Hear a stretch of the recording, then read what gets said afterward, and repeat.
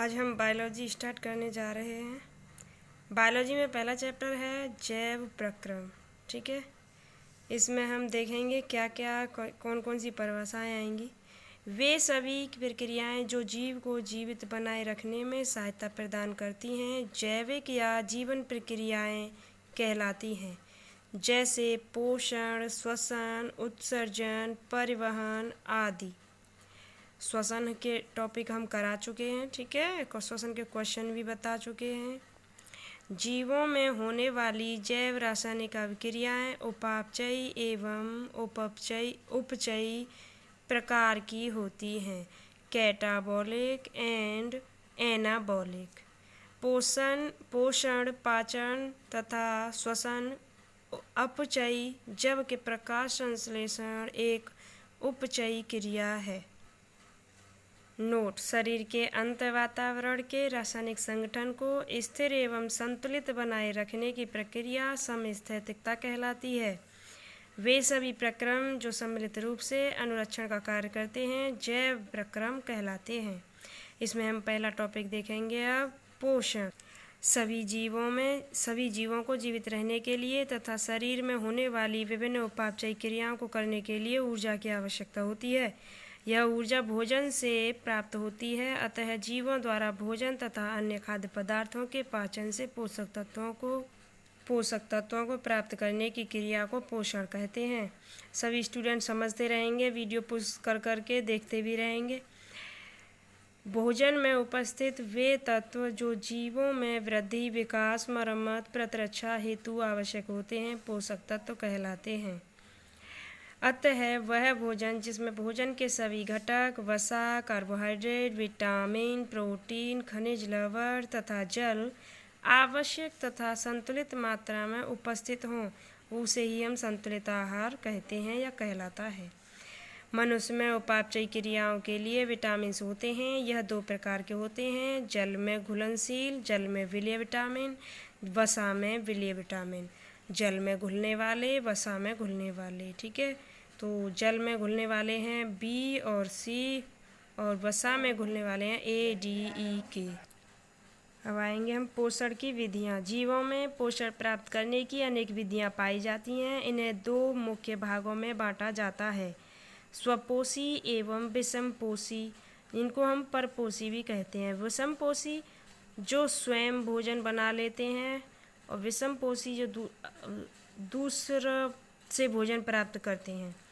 कुछ जीव जैसे पादप व जीवाणु सरल अकार्बनिक तत्वों जैसे जल और CO2 द्वारा अपना भोजन स्वयं बनाते हैं। इस प्रकार प्राप्त पोषण स्वपोषी कहलाता है, जबकि अन्य जीव जैसे जंतु, कुछ कीटाणु व कवक जटिल कार्बनिक तत्वों जैसे कार्बोहाइड्रेट, वसा, प्रोटीन को सरल तत्वों में तोड़कर एवं स्वांगीकृत करके पोषण प्राप्त करते हैं। यह विषमपोषी पोषण या परपोषी पोषण कहलाता है। इस कार्य हेतु ये जीव जैव उत्प्रेरकों का उपयोग करते हैं जिन्हें हम एंजाइम कहते हैं। स्वपोषी पोषण में देखेंगे हम, ये दो प्रकार से होता है: रसायन स्वपोषी और प्रकाश स्वपोषी। रसायन स्वपोषी में जीव जैसे नाइट्रोसोमोनास, नाइट्रोकोकस आदि जीवाणु होते हैं। ठीक है, अब आता है इसमें प्रकाश स्वपोषी। ये अधिकांश हरे पादप होते हैं, ऑल ग्रीन प्लांट्स। ठीक है ना, जो अपने भोजन का निर्माण स्वयं करते हैं। ये जड़ों द्वारा भूमि से विभिन्न खनिज पोषकों का अवशोषण करते हैं। अब पढ़ेंगे हम पादपों में पोषण या प्रकाश संश्लेषण। सभी जानते होंगे प्रकाश संश्लेषण अभिक्रियाएं या प्रकाश संश्लेषण क्या होता है। ये अधिकांश हरे पादपों में होता है। प्रत्येक हरा पादप सूर्य के प्रकाश की उपस्थिति में जल तथा कार्बन डाइऑक्साइड की सहायता से अपने भोजन का निर्माण करते हैं। पादपों द्वारा स्वयं भोजन बनाने की प्रक्रिया प्रकाश संश्लेषण कहलाती है। पादप का हरा रंग पर्णहरिम जिसे हम क्लोरोफिल की उपस्थिति के कारण होता है। फिर से समझिएगा, पौधों का जो हरा रंग होता है वो क्लोरोफिल की उपस्थिति के कारण होता है, जिसे हम हिंदी में पर्णहरिम भी कहते हैं। पर्णहरिम उपस्थिति के कारण ही पादप सूर्य की प्रकाश ऊर्जा को रासायनिक ऊर्जा के रूप में बदलकर कार्बोहाइड्रेट का निर्माण करते हैं। कार्बोहाइड्रेट जैसे ग्लूकोज, फ्रक्टोज, ठीक है। अतः प्रकाश संश्लेषण को हम निम्न प्रकार परिभाषित किया जा सकता है। प्रकाश संश्लेषण वह जैव रासायनिक प्रक्रिया है जिसके द्वारा सरल अकार्बनिक यौगिकों जैसे कार्बन डाइऑक्साइड तथा जल को प्रकाशीय ऊर्जा तथा पर्णहरिम की उपस्थिति में कार्बोहाइड्रेट के रूप में बदल दिया जाता है। इसे निम्न समीकरण द्वारा प्रदर्शित किया जा सकता है।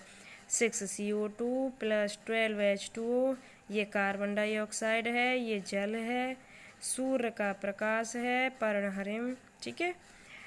C6H12O6, ये ग्लूकोज बनता है। 6H2O, ये जल निकलता है वाष्पीकृत के रूप में, प्लस 6O2, और ये ऑक्सीजन हमें प्रदान करते हैं पौधे। इस क्रिया में ऑक्सीजन सह उत्पाद के रूप में मुक्त होती है। यहाँ उत्पन्न कार्बोहाइड्रेट को पादपों में ऊर्जा की आवश्यकता अनुसार श्वसन में उपयोग कर लिया जाता है तथा शेष ग्लूकोज मंड के रूप में संचित कर लिया जाता है। प्रकाश संश्लेषण प्रक्रम। प्रकाश संश्लेषण में मुख्यतः 3 घटनाएं होती हैं।